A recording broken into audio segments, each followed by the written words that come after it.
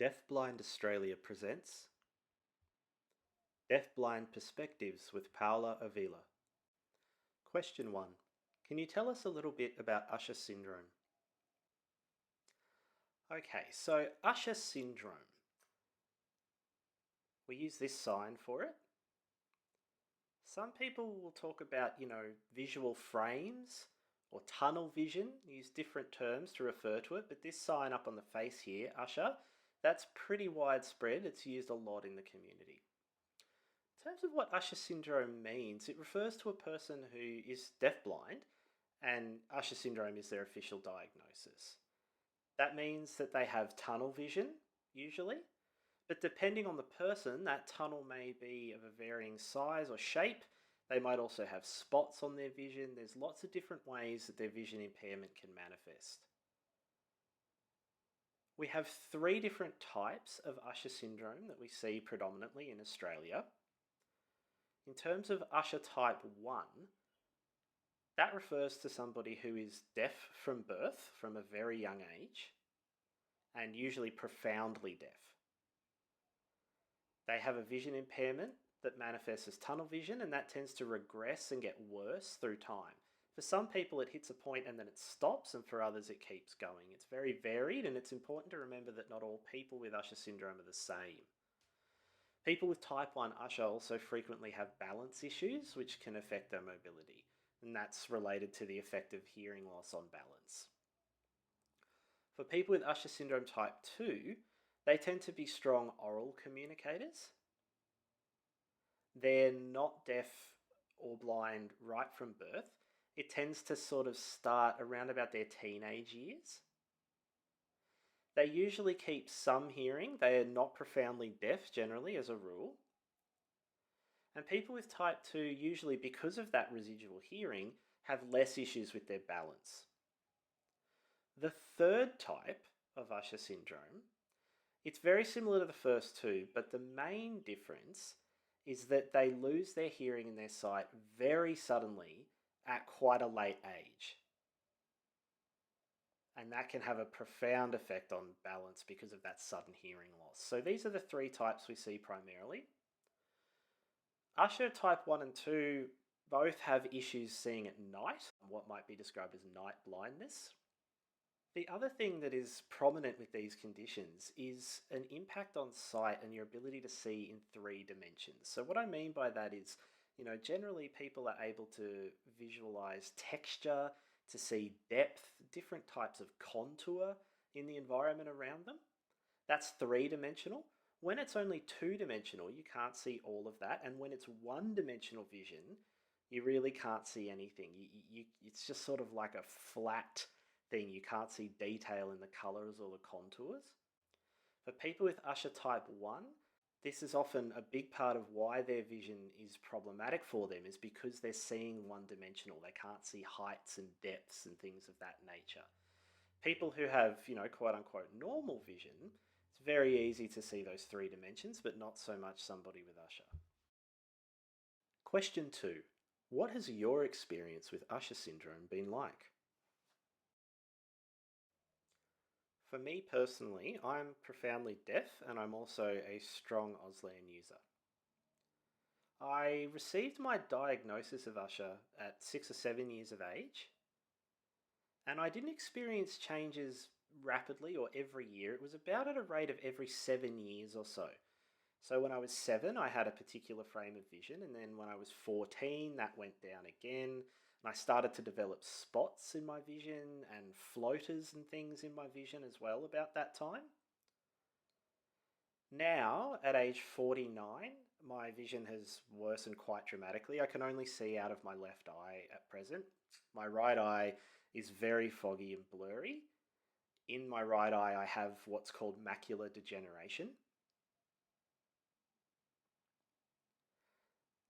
Macular degeneration is quite similar to cataracts, which I also have, but they are a little bit different. So in terms of the difference between the two, really it's the colour that separates them. For macular degeneration, it's quite a dark fog, a black colour. Like if you could imagine being somewhere where there was a fire and there was burning, that really thick black smoke, That's kind of how I would describe macular degeneration. On the other hand, for cataracts, it's still foggy, but it's like a white fog. If you can imagine being in a whiteout or a snowstorm, it's similar to that. Cataracts are quite common for people with Usher syndrome, and especially as they start to get past about their 20s. For some people, it can start earlier, but for most, it happens later in life, sort of beyond their 20s. You can have a surgery to remove cataracts, and I do know of a lot of people with Usher syndrome that have had that surgery, but I am a little bit hesitant to do it. It's not always successful. It works for some people, but not for others. So it's quite a significant surgery, and yeah, I haven't gone there yet. So for me at present, I can only see a small field of view out of my left eye. If you can imagine something about the size of a drinking straw, like a narrow tube, that sort of describes the vision I have in my left eye. And that's why when I'm communicating, I need people at a bit of distance. If they're right up close to my face, I can't see anything. So I need people to be about 1.5 to 2 meters away from me. And that works well with the way my visual field expands in relation to distance of the object. I also have issues with glare and with bright lights. So, for example, if somebody's standing there and they've got a window behind them, or if I'm in a car and I'm looking at someone who's got quite a bright window behind them, it's like their face becomes black. It's very hard for me to see. Also, let's say, for instance, I've been outside somewhere where the light's quite bright. You put some sunnies on, it's that bright that you need sunglasses. If I then go into a dark room, it takes quite a while for my eyes to focus and adjust. I mean, normally people would need, let's see, if they come from outside to inside, probably 3 to 5 seconds to adjust. But for me, for other people with Usher syndrome, it can take 5 to 10 minutes for our eyes to adjust moving from a bright environment into a dark environment. I have difficulty seeing at night, and I also have issues with my balance. Question 3. How does Usher syndrome affect your communication and how you work with interpreters? So, as a person with Usher syndrome, of course, I have a lot of challenges,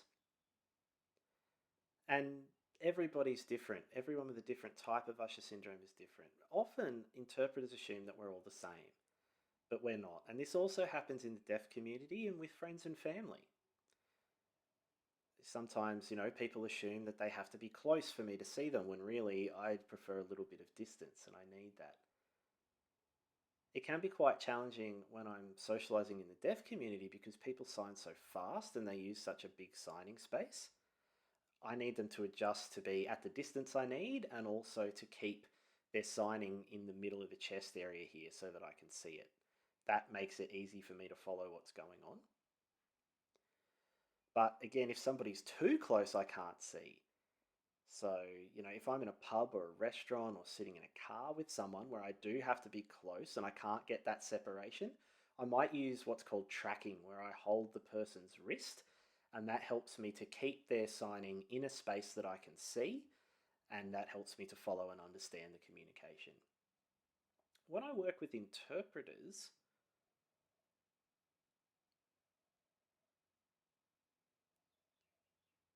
I often have to explain what I can and can't see and the things you need to be aware of when you're working with me. But again, everyone with Usher syndrome has different needs. So really the only way is for interpreters to meet their clients before they go into the appointment and to figure out their specific needs. Something I'd like to touch on both for interpreters that have done a lot of deafblind work and those who haven't, everyone needs to be aware of this. Often people who've worked with me for a long time, they might have known me growing up, they assume that they know the status of my vision and that it's the same as it was when I was younger. But they don't realize that it changes through time. And for interpreters that haven't worked with anyone yet, I'd just like to give this little tip that when you come in to meet me for the first time, when you arrive to a booking per se, you know, I'm often going to be looking around, staring, trying to spot the interpreter if I haven't met you before, and that can be a bit uncomfortable. So a good way to do this is if you come in, ask the receptionist, who the client is. They might direct you to me. Whether I'm looking or not, you can approach me and then place your hand on my shoulder or arm or leg. Don't tap. Put your hand down there and hold it for a few seconds. Holding it in that way will allow me to work out where you're standing. If you tap and then I lose that physical reference point, I don't know where to look. I don't know where you are in the space. So if you leave your hand there, it gives me time to work out where you are and I can direct my attention to you.